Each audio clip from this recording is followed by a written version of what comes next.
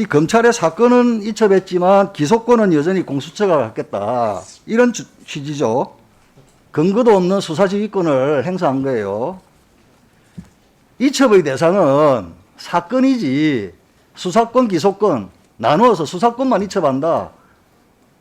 어디에서 그런 거 배웠어요? 네, 저도 그렇게 생각합니다. 이첩의 대상은 사건이 맞습니다. 그러니까요. 네네. 가만히 있어봐요. 네, 독점적 기소권을 갖고 있지도 않아요.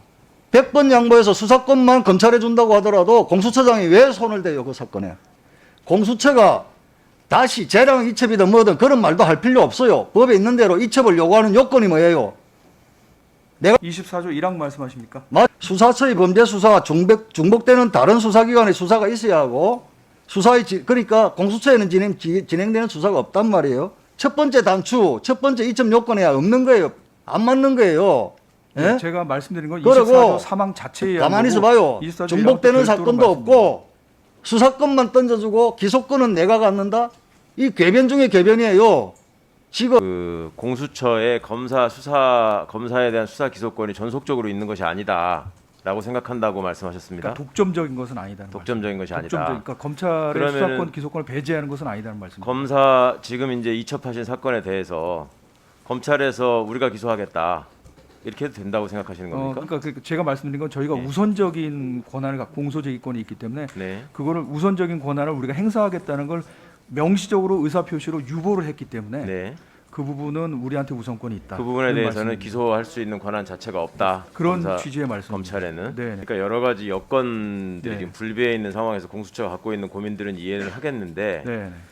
지금 초창기니까 이게 지금 용납될 수 있는 상황이지. 앞으로 이런 일이 반복되면 이게 절대 안 될 일입니다. 네. 검사 범죄에 대해서 공수처가 수사하라고 지금 만들어놨더니 예. 다시 돌려보낸다. 이거는 국민들이 일반적으로 납득을 잘 못하시는 거죠. 그 향후에는 이 부분에 대해서 명확하게 네네. 그래서 절차 제가 규정을 입장을 정비해 주시기 밝히면서 바라고요. 하여간 그게 원칙이라는 점은 제가 충분히 말씀드렸습니다. 네. 이걸 수사하라고 만든 제도다는 자, 점을 검찰이 수사를 잘한다. 검찰이 수사를 잘했으면 지금 검찰 수사권을 가지고 이렇게 법안을 놓고 이런 논쟁이 있겠습니까? 그 공수처장님만 나타나면 왜 이렇게 여야가 격돌을 하겠습니까? 검찰 수사가 갖고 있는 그간의 문제점들이 많이 있었고 수사에 이르게 된 경위, 또 수사를 진행하는 방식, 수사 결과를 놓고 기소 여부를 결정하는 방식, 공판을 수행하는 방식 이런 것들이 다 골고루 문제가 있었기 때문에 지금 이런 법안에 관한 논의들이 있는 거라고 생각을 하고요.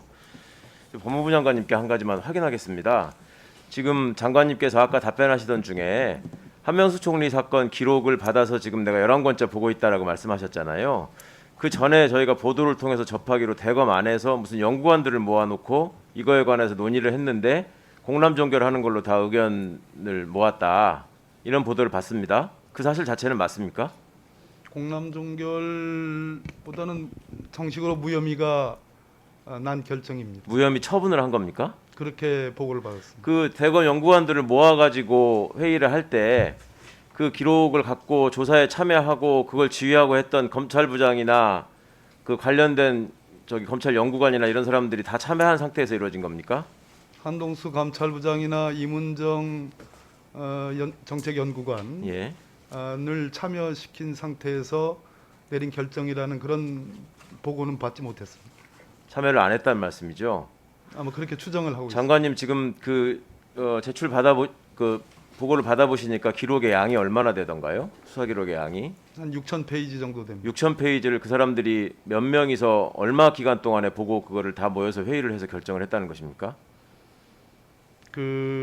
저희들도 뭐 재판을 해봤습니다만 네.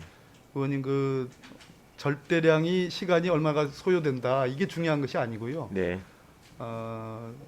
수사는 수사를 담당했던 사람이 어떠한 노력을 가지고 어떠한 프로세스로 진행을 해왔느냐라는 그 과정이 더 그러니까 그래서 장관님 여쭤보는 소중하다고 겁니다. 생각합니다.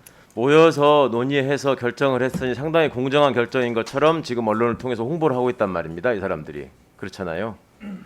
혼자서 결정하는 것보다 나름의 집단지성이 발휘됐다는 식으로 지금 넘어가려고 하고 있는 것인데 그러려면은 제가 생각할 때 그 전제가 장관님께서 말씀하신 것처럼 기록을 면밀히 검토해서 내용 파악을 완벽하게 하고 있는 상태에서 건전한 토론이 오간 다음에 결론이 이루어졌다면 그거에 대해서 어느 정도 신뢰를 부여할 수 있을 테지요. 그것이 아니라면 그거를 전담을 해서 집중적으로 검토하고 조사에 참여한 사람이 가서 설명을 하고 그거에 대한 반론과 질문이 오가는 과정에서 충분한 내용이 숙지가 됐을 때 결정을 했다면 또 하나 신뢰가 부여될 조건이 있는 것이지요. 그런데 지금 제가 여기 느끼기에는 두 가지 다가 지금 없었단 말입니다. 조사를 직접 진행한 사람은 참여하지도 않았고 기록도 제대로 안 본 사람들끼리 모여가지고 자기들끼리 모여서 이거는 무혐의다 이렇게 결정을 하고 지금 통보를 했다는 것인데 이 부분이 과연 그간에 지금 검찰이 보여왔던 그 잘못된 수사 행태와 관련해서 과연 지금 정당성을 주장할 수 있는 것인지 그 부분을 여쭤보는 것이고요. 장관님께서 이 부분에서 6,000 각별한 관심이 있으실 거라고 믿습니다. 6,000페이지의 기록은 절대량에 있어서 한 3일 정도면 볼 수 있는 양입니다. 그래서 그것을 다 봤느냐 안 봤느냐는 것은 뭐 핵심적인 쟁점은 아니고요. 제가 중요하게 생각하는 것은 결론이 다를 수 있는 아주 복잡하고 어려운 사건에 있어서 대검 안에 합리적 의사결정을 위한 기구가 있습니다. 그것이 부장회의가 있고 수사전문자문단이 있고 그렇습니다. 또 수사심의위원회가 있습니다. 그것이 아닌 그렇죠. 그걸 여쭤보려고 한 부장급 겁니다. 이하의 예. 연구관들 몇 명으로 인해서 몇 명을 통해서 최종 결론을 냈다는 점, 그 점은 제가 문제 의식을 갖고 있습니다. 아무런 근거가 없는 회의체에서 기록도 제대로 살피지 않고 조사에 참여한 사람도 참여하지 않은 상태에서 내린 결론이다. 이렇게 알겠습니다. 그 다음에